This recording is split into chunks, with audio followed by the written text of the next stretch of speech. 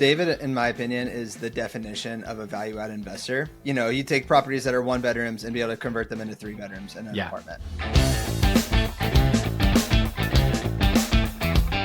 What is going on, guys? Welcome to today's episode of the Collecting Keys Real Estate Investing Podcast. Today is Monday. This is the Scale Show, and our guest today is somebody that has a slightly different spin on the business than we normally preach, and his name is David Niehaus, and he is a friend of Dylan's over there in the Cincinnati area, and he has built a pretty awesome business for himself with no direct-to-seller marketing or anything. Everything's based off of like referrals and networks and everything else.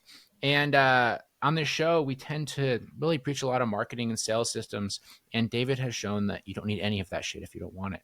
So David, super excited to have you on the show, man. Get us started. Maybe give us a quick 3-minute rundown, who exactly you are, what exactly your business looks like. And we already know you're based out of Cincinnati area, so we can skip that question. Okay, cool. Yeah, thanks for the intro, Mike. So I first started in real estate in 2019, went to a seminar to learn about wholesaling. And then the next week they pretty much said, put signs on the side of the road. So that's what I did for the next few months. And I got a deal within like 3 weeks. It was crazy. I was like, holy cow, this stuff works. And so kept putting out signs, eventually transitioned to just a lot of cold calling. Man, I made so many calls to join the Brent Daniels program, did a lot of cold calling, got a bunch of deals there. But my main goal was always to be a buy and hold investor. So I did a couple flips and had a really big wholesale deal close and quit my W-2 job back in April 2022. So I've been full-time this about 2.5 years now. Nice. But at that point, mainly went to buy and hold. And since that point, I bought about 21 properties, bought and sold a little bit more than that. I got about 35 units now. And my current business model, I used to cold call, used to put out signs on the side of the road. But now, since I put in all that effort over the years, I built up a really good personal network. And I have a bunch of people pretty much bringing me deals. There's probably 6 to 7 emails I get per day of properties, and I can just kind of pick which ones I think are the best. But then also a lot of times sellers will ask if I'm still buying, and they'll just sell me another property, which is really cool. So my personal network's really great. And some of the best deals I've had are just from, most people would offer like $1,000 finder's fee if someone brought them a property. I'm like, I'll make that like $1,500 to $2,000. So I would normally double someone else's finder's fee. And that actually got me a lot of deals. But yeah, right now I'm kind of just a sole proprietor, run the business on my own. I got a bookkeeper helping me out, I self-manage all these rentals, and I just have a lot of subcontractors. I GC a decent amount of the jobs I've done until now. And then I have a general contractor that will do my bigger jobs, and I'm starting to transition to hand him most of my stuff. Nice. That's awesome. So you had, backtracking a little bit, you got one big deal and that enabled you to quit your job? I had one big deal and one flip close basically 2 weeks from each other. So I had almost $200,000 in the bank, and I'm just like, all right. I mean, it'll take me like 3 years to make this much at my job, so I'm done with that, and that's awesome. And I'll figure it out. So yeah, I love that you did that, because this is something that I preach so heavily all the time, you know, with our scale members and just in general, about like, you had the runway at that point, like just take the freaking jump. Like so often people, they get like addicted. It's almost like heroin to like needing that money, like that comes in every month that's consistent. I'm like, if you realistically have a runway for like 3 years, if you can't bet on yourself and figure it out in that period of time, you're not going to fucking make it anyway. So stop trying to be an entrepreneur. Exactly. So that's awesome, dude. Yeah. Very, very cool. Yeah, thanks, man. So I'm going to jump in a little bit just because I obviously am David for a while now. And I've sold David some deals I think I probably should have kept. But I know the landscape of, I know you wanted to be buy and hold all the way through. Like, and by the way, for the audience, he bought these 35 units from 2022 until now. So like he's done this with the higher rates and all of that. It's impossible, Dylan. You can't do it at 7% rates. Don't lie to people. But when you first started and you starting to activate, our buyer pool here in Cincinnati was, I would say, a lot easier. Like we had hedge funds here that were pretty easy to sell to. Oh yeah. Did any of that influence your decision of, hey, I'm not going to do this wholesaling as much, or the buy and hold, or just because it got harder to dispo and some of your big buyers went away? Or is it just like, hey, I've got enough runway and I want to just do rentals at this point? It's kind of a little bit of both. You know, you always hear about all these hedge funds buying up all these properties, making the market bad. So I didn't really want to keep contributing to that, even though it did make me a good deal of money. I didn't want to see a market where everyone had to rent, nobody could really own, kind of what you're seeing a decent amount here in the US. But I think it was always my goal to be a buy and hold investor and have what I thought was completely passive income, but it's definitely not the case, coming in every month, and then be able to do the kind of things I want to do. Originally, you know, my whole goal was to have enough money coming in that I could do like ministry stuff, and I've taken mission trips. Real estate's actually funded a couple of those, so I really loved that. Growing up, didn't really have much money, but I would always see these people that were very wealthy, and they worked hard, but then like at some points they didn't have to like keep grinding, putting all these hours in. And I realized, like, you know, and I got some good mentors along the way that kind of showed me like this could be my life if I just put in the work and keep it moving. And for the audience that hears that has similar sentiments about hedge funds that we've talked about in the show, those hedge funds that me and David both sold deals to, there's a couple of them, have since sold probably over 50% of their portfolio because they bought shitty deals. I actually got some back for them. Yeah. Yes, had exactly. a better deal. I sold it to them for. Yeah. Exactly. So there are cycles to this, and this kind of let it work itself out naturally. So doing this kind of business model, how many deals you say you've done total? 20 something deals?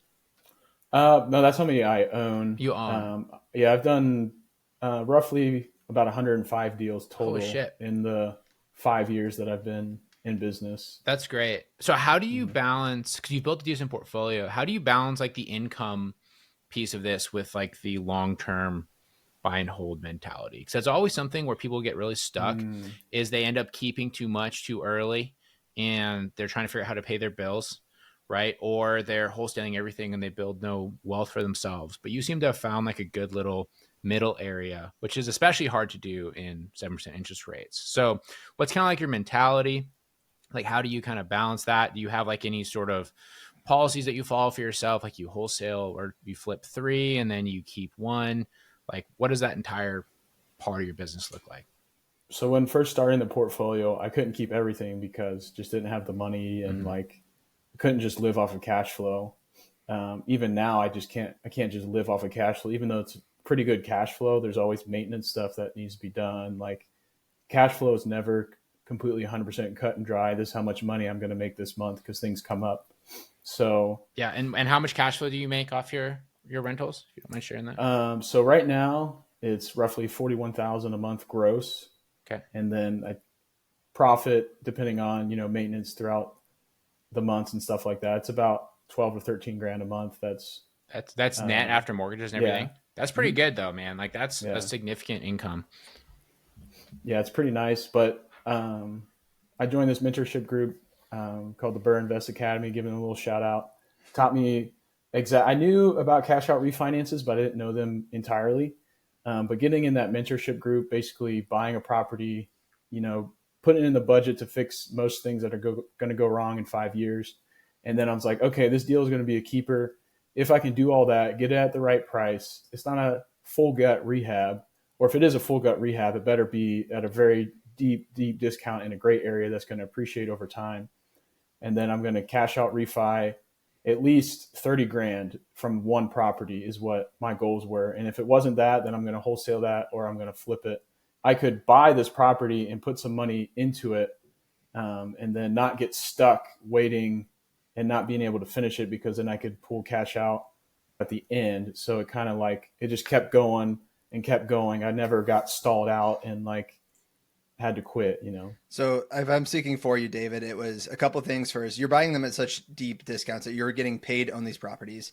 You do mostly like almost full gut rehab. So your CapEx has been rather low for most of your places. Nice. And just the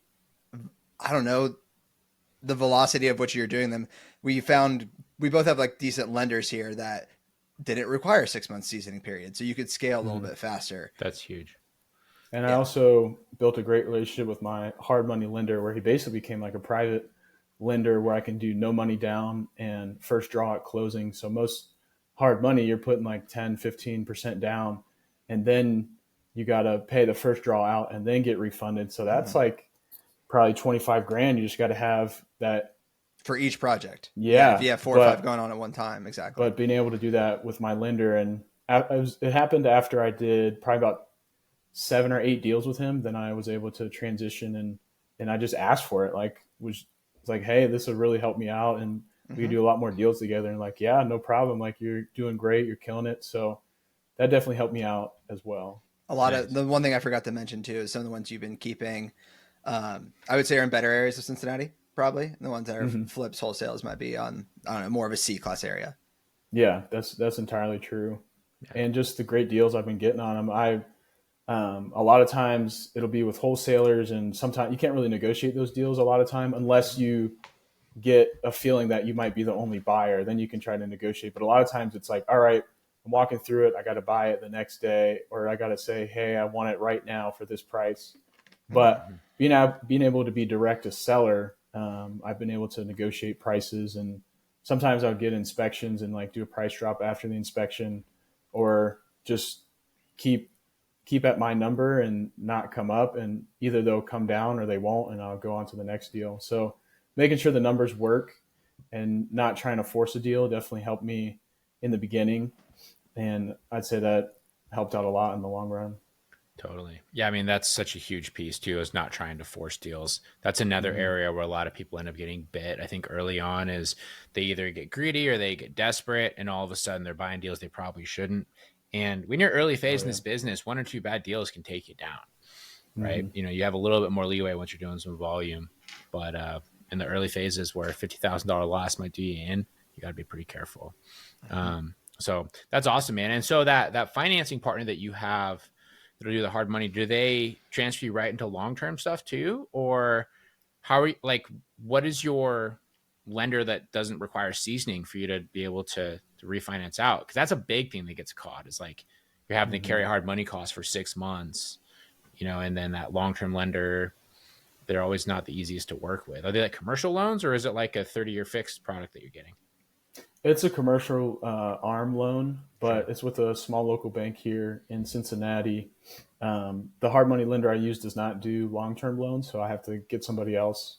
So my first six I did with that small bank, and but I got tapped out. They have a limit of like it's like $1.25 million Yeah, just limit per exposure. borrower. Yep. So I tapped that out kind of quick, and now I'm kind of like I've been moving from lender to lender because like a lot of lenders will promise you things, and then like once it gets to the closing table, all of a sudden, oh, this lender required 6 months of mortgage payments, insurance, and taxes Mhm. escrowed, so we're gonna drop your cash out from 45,000 down to 20. Yep. And it's like, dude, are you kidding me? Like, well, I just spent a month with you guys, and you didn't tell me this until the very end. But so I've had a bad taste in my mouth from national lenders trying to find some good lenders right now, honestly, because that's a big part. But if you can find a small local bank in your area, shout out to People's First Savings Bank in Mason, Ohio. They did my first six properties, 80% LTV. Nice. I could do like 5 year arms. My first one was only at 6%, so I was like, yeah, I'll jump on that. No The last, seasoning and no prepayment. Yeah. mm-hmm, Yeah. yep. Yeah. I've done more stuff since that with other lenders, but I've never been satisfied with the lender. So They just I'm hope you're always looking. committed by the end of it, and like then Mm-hmm. they hopefully that you will not go with them at the end of it. But I mean, you Yeah. stuck your ground with the lace guy, but 20 grand's a lot of money to just Yeah. give up. Mm-hmm.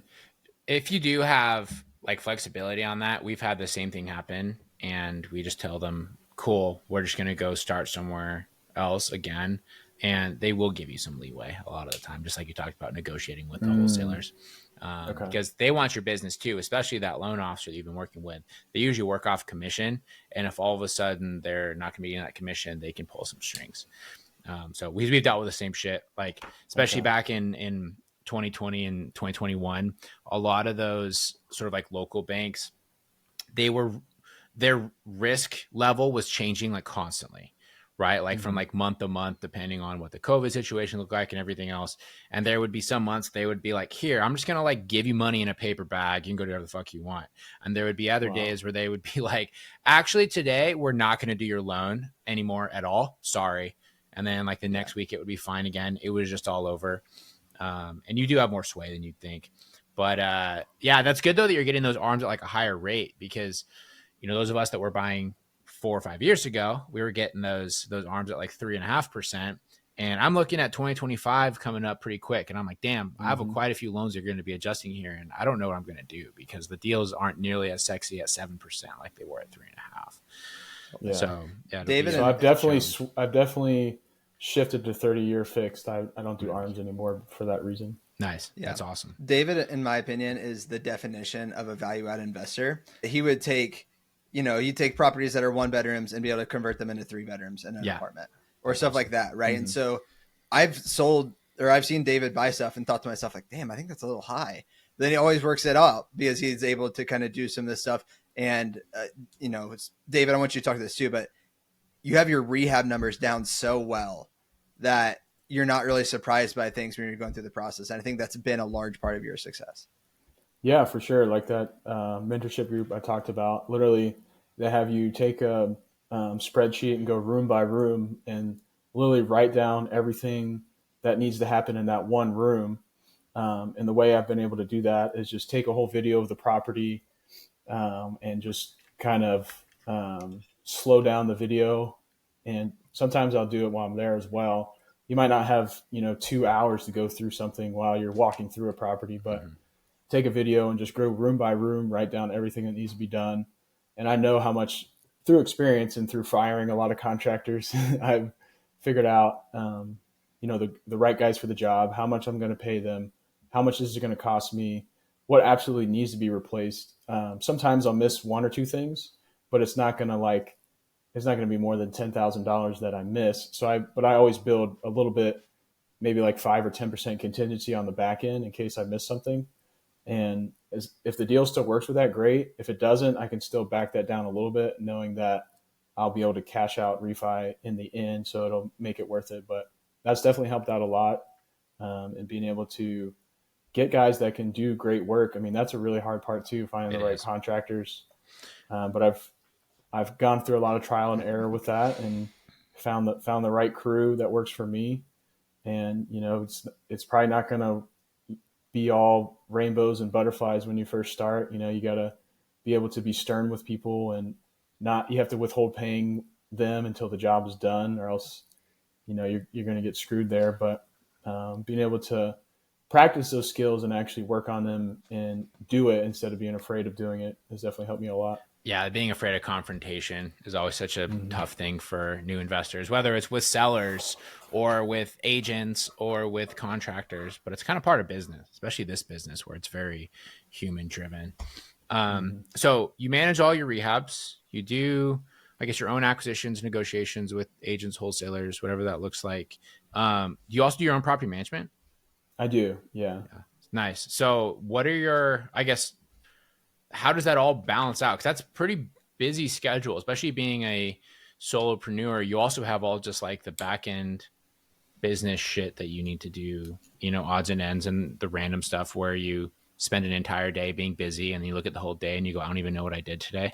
Yeah, that happens quite a lot. Yeah. Yeah. So like, what does your like day to day look like? Like, how do you manage all that? Do you like have it time blocked, or is it kind of just you're fighting fires all the time?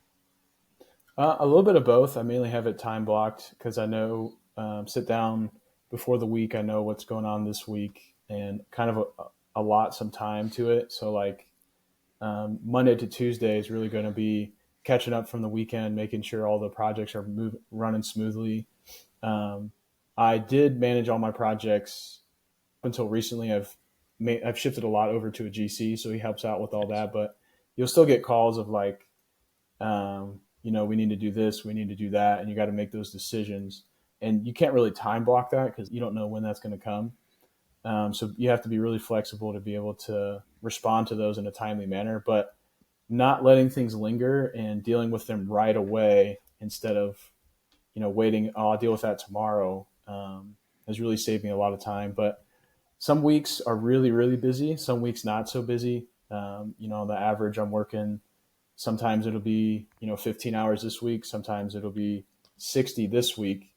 But like I said, in part of my rehab process, I try to fix everything I know for a fact we'll probably have to be replaced within 5 years. So I still have maintenance requests, but it's not like humongous maintenance requests. Like the most common thing I get is some kind of plumbing issue, or like most of the time the electric's going to get rewired, the plumbing's going to be replumbed. So it's not like I'm dealing with a whole host of issues. Maybe 5 years down the line, I might be dealing with a lot of issues. And at that point, I might get a property manager. But right now it's pretty manageable because I deal with it on the front end and I just have minor maintenance requests from my tenants. So, and because you have those connections, with all the rehab guys too, it's pretty simply now take a screenshot of the issue, send it to the responsible guy, and they know how to take care of it. Yeah, every time I have an issue, I'm not like going out to, okay, I really need to find a plumber to fix this. No, I've already got somebody.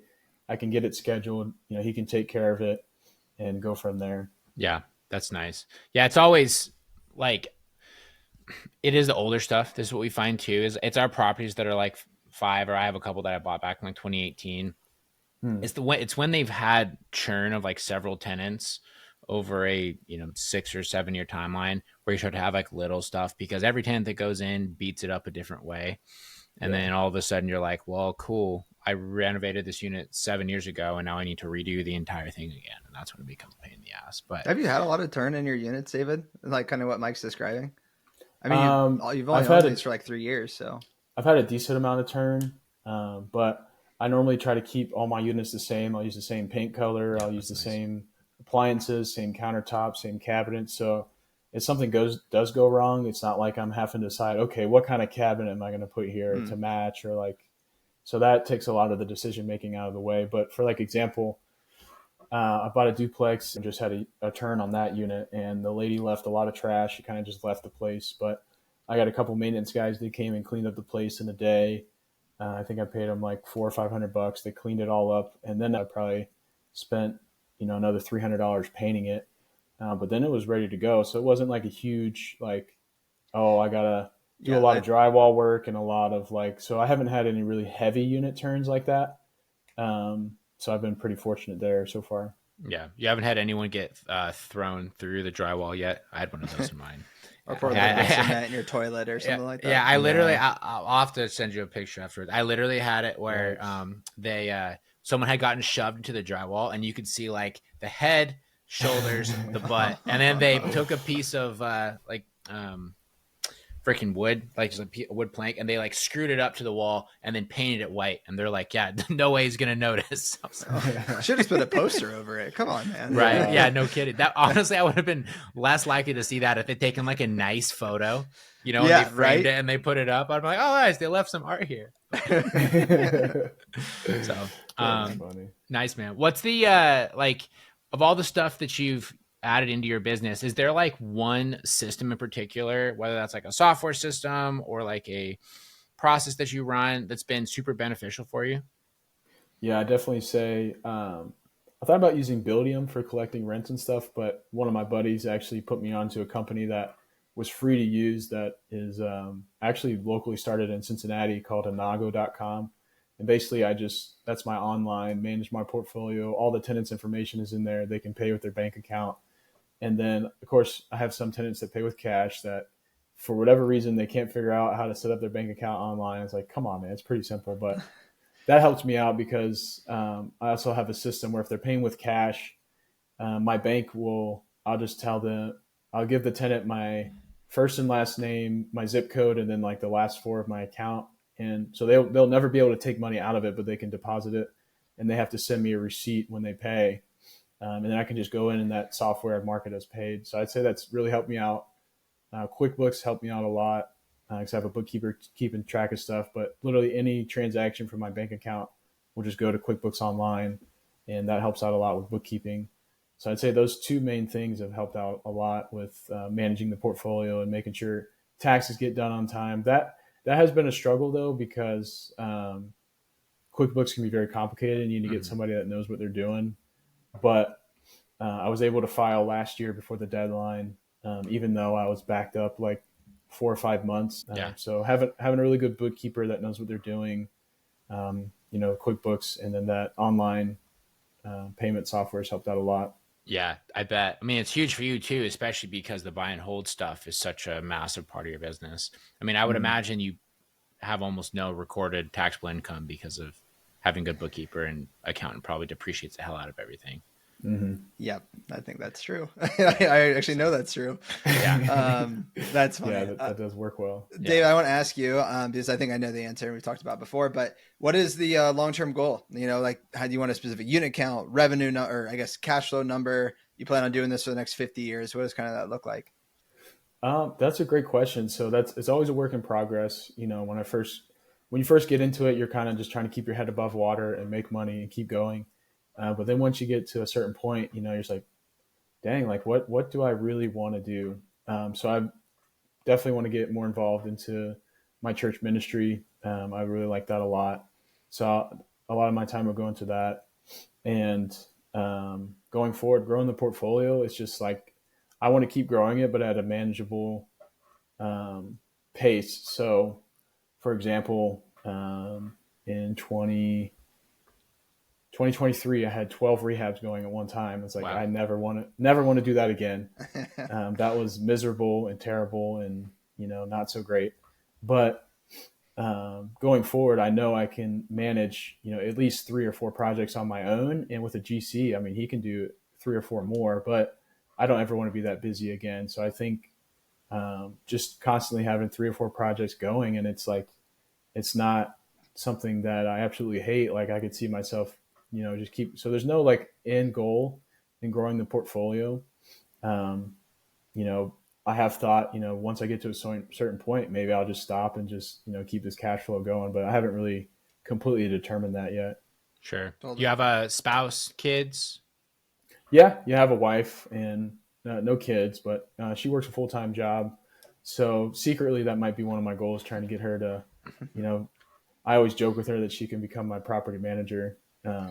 That's a good way to get her to quit her job. Yeah. Yeah. She'd be really good. She'd be really good at that kind of stuff of like, she's really into details and I'm not. I just want to keep moving and keep stuff going. But yeah, she gets really good PTO. We like to take trips and stuff. So we're just in Hawaii for how long? What, 10 days? Yeah, it was like 12 days. Yeah. Nice. Yeah. I'm also part of the no kid club, and it definitely is harder to have goals. Like, especially my business partner has kids, and we have a lot of like Scale community members that have kids, and they always definitely seem to have more of like a linear growth versus like the folks that don't have kids. They're always kind of like, I don't know, I'm just kind of like doing shit now. Like don't mind working. I want to be able to go on trips. Like I want to be able to do whatever. We had a little meetup this past weekend out here in Idaho. And one of the members came out, and he's single guy, 28, 29. And he's like, I don't even want to like forecast 3 months from now, let alone like years. Yeah. He's like, I'm making money, and that's literally all that I care about. But yeah, awesome, to each his own too. Like it's your own personal decision with everybody. Exactly. Mm-hmm. Yeah. Cool. Well, awesome stuff, David. All right, we're going to dive into our end of show questions here to wrap up. And first, in the fan favorite question is, what is your craziest real estate investing story? This can be a crazy tenant, crazy deal, time that you found a giraffe in an apartment complex. I don't know. We've had some odd ones over the years, so let's hear it. So I have a couple different ones. I'll start off with the first one. That's pretty short, but I had an electrician do a job, and I had a few different quotes on the property. Some came in at like 10 or 11 grand. He was at like $6,000 to do the work. I hadn't really worked with him before, but other people had worked with him before.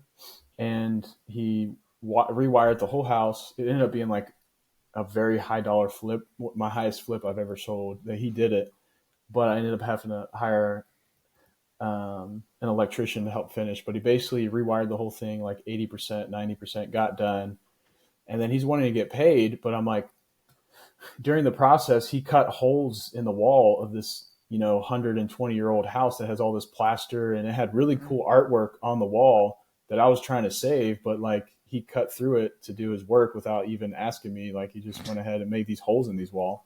So it's time to pay him. I'm like, no, I have to, withhold $1,000 to fix this. And that's not even the amount it was going to cost to fix it. I was like, I got to get something from this guy. Like, you did this, like, you need to pay for it. And he got super, super mad, super angry. And we got to yelling at each other, and like he was saying F you. I kind of said it back. And then he went outside, and I didn't really chase him off. Yeah, I kind of just said, you're fired. Like, get out of here. I don't want to see you again. And then he picks up a rock, acting like he's going to throw it at me. And then I actually lunge forward and run at him because I don't know why I was doing that, but he dropped the rock. Adrenaline. Yeah. So he dropped the rock, and nothing happened because one of his buddies like grabbed his arm and was like, no, don't like. So the police didn't get called on that. Another one was actually my biggest wholesale deal I've ever done. I got it under contract, and then come to closing day, is one I sold to Vinebrook, a hedge fund here. This was like one of the deals that set me up to like quit my job that was closing that month. But so come closing day, the people are not out. The hedge fund's like, we can't buy this. The people are not out. But I had to go ahead and close and spend my money to buy it. So at that point I had, some cash to buy the house. But so I bought it, and then they're in there for another 3 days. And at this point, I thought they were going to be gone. I'm in Florida because my grandpa needed somebody to, he's older and needed somebody to help drive his truck back up here to Cincinnati. So I flew down there, and I basically had to threaten to call, like, I'm going to call the cops. Like, you guys need to leave. And they even came back to try to get more of their stuff. And I'm just like, no, you can't. I'm changing the locks. And if you're here, I'm calling the cops. You're going to be trespassing. And there was a lot of words said there. They tried to squeeze me for more money at that point. Even though you'd already bought it, like even though you're past closing. Sorry. Yeah. So right before I bought it, they tried to squeeze me for a little bit. So I ended up giving them like $2,000 or $3,000 more just to get the deal done, because it was my biggest deal ever, and I wanted to close. Like, so that was a whole saga, and finally got in. So my dad had to go and change the locks while I was there, but you should have seen some of the text messages they were texting me. Like, I can tell they're definitely using drugs at that point, because whenever you're around them, you can tell somebody is just like real skittish, or like real, like can't sit still, always picking at themselves. Like, but that was pretty wild. But then, so they actually moved to like somewhere in Kentucky, and they were going to buy some, I don't know if it was a trailer or a small house with the cash that I gave them, which was like $40,000. They were going to buy this place. And these sellers that were crazy gave the house they're trying to buy, my phone number, and they called me and it was like, do you know these people? Like, like, do they have the money? Like, and then I was like, yes, they have the money. And because they did, and I was trying to, get them out of there and actually buy the place. Like, well, they just showed up in a U-Haul and they said they're moving in. I'm like, oh my goodness. You guys haven't even bought that house yet and you're trying to move in? So who knows if they ended up buying it or not, but I hope they're doing well. And that was definitely the craziest one. That's funny. Yeah. Well, at least like the messiest part was that other guy's problem and not yours at the end of it. Yeah. So. Yeah. At least he didn't show up at my house with a U-Haul. Yeah, no kidding. Cool, David. I know at the beginning, you're doing the bandit signs, all that stuff, but if you could go back to the very beginning of this again, is there anything you would do differently? I would put more signs out. I wouldn't just stop at 100 signs a week. I'd put 500 out a week. I'd do a lot more, because a lot of people kind of underestimate in the beginning how much work and how much time and how much effort it takes. Was it your actual cell phone, or did you have like a Google Voice number or something? I had a Google Voice number. Yeah. Okay. Just curious. Yeah. So I would do more in the beginning because I had 2 deals within like 4 months, but then I almost went a year without doing a deal. So like, I would do more and just put out more signs, talk to more people. Yeah. I think that's what I would do if I could do it again. There you go. I think that's generally the most common answer to that question, is just they had worked harder and done more outbound work. Yep. Oh yeah. Sweet. And then David, last question, where can people find you, follow you, and reach out to you? Sure. Yeah. They can find me at Facebook. My name's David Niehaus from Cincinnati. I mean, that might be hard to find, but my Instagram is tree.haus is my Instagram, treehouse. Okay. They can find me there. And then, yeah, if they really want to reach out for help, I don't care. I'll throw my phone number in there. It's 513-967-2963. I did that on Brent Daniels' podcast as well. So I don't mind talking to people that, want to reach out and need help. But yeah, that's how they can find me. Cool. There you go. Awesome, man. You might get doxxed by a bunch of weirdos trying to sell you deals. That's all right. Bring it on. I'm down to help. Yeah. Cool. Awesome. Well, David, thanks so much for coming on the show, man. Congrats on your success. And you are the epitome of showing what hard work can actually lead to, because that's a very, very quick run-up story that you had, and you're crushing it, man. So super happy for Thanks, you. Man. Thanks for coming on, David. Yeah, thanks for having me on. Yeah. And guys, thanks for listening. If you are trying to sell any deals in Cincinnati or the greater Ohio area, go and hit up David. He got his cell phone in here. That is about as open as someone has been on the show. So go and sell him some deals, guys. He wants to buy. He made that very clear. And hopefully you guys all got some value from that one. So thanks for listening, everybody. We'll talk to you guys next week. See ya.